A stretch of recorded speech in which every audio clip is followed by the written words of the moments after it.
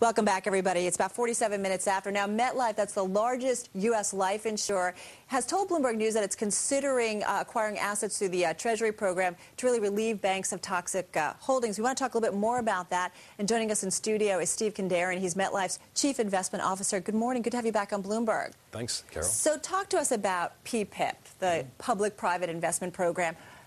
You guys are considering it. Right.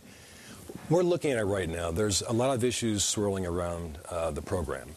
First is whether the banks actually will, and other holders of these assets, actually sell the assets. Some of them are holding them at prices that are probably above where the market clearing prices are. That's one question.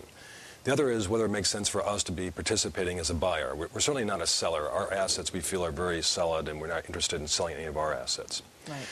But we really look at the program closely and figure out whether it makes sense for us to participate. You're still concerned, obviously. You have a lot of questions. Because I'm curious, are you concerned, too, with, there's congressional hearings and, people are really kind of closely looking at a lot of these government programs at this point, and the rules can change. Right. That has you concerned as well? It does. I think the tone in Washington is really an issue for anyone participating in this program. So, for example, you might participate, and you might make money on it, you might lose money, which is fine. That's how the markets work.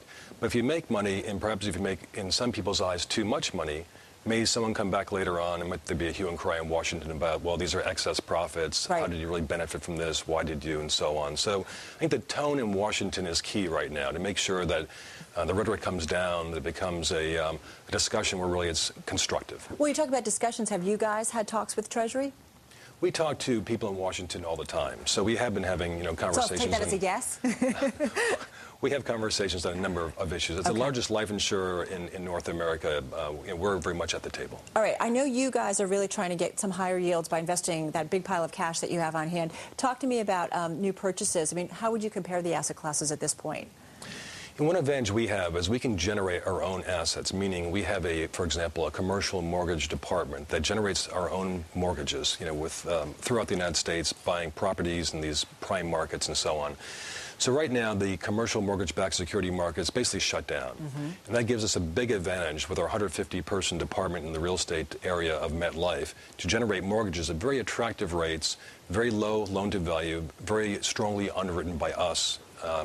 And it's really a great time for us to be an issuer of these mortgages in the marketplace. What about, though, the commercial mortgage market? Because is the worst yet to come? You know that there's various studies out there. I think S&P has come out saying that life insurers face pain on more than $300 billion invested in mortgages. I'm sure you've seen the report. I mean, is the worst yet to come, though, for commercial mortgages? The worst is to come still. Meaning, typically there's a lag between when the economy softens and when the defaults actually occur. Right. So that's coming down the road. That'll happen over the next 2 or 3 years. So our portfolio has been really scrutinized very, very closely. And, like all firms that hold these kinds of mortgages, we'll have some issues, but we have underwritten these securities ourselves very, very carefully. And our loan-to-values are very conservative.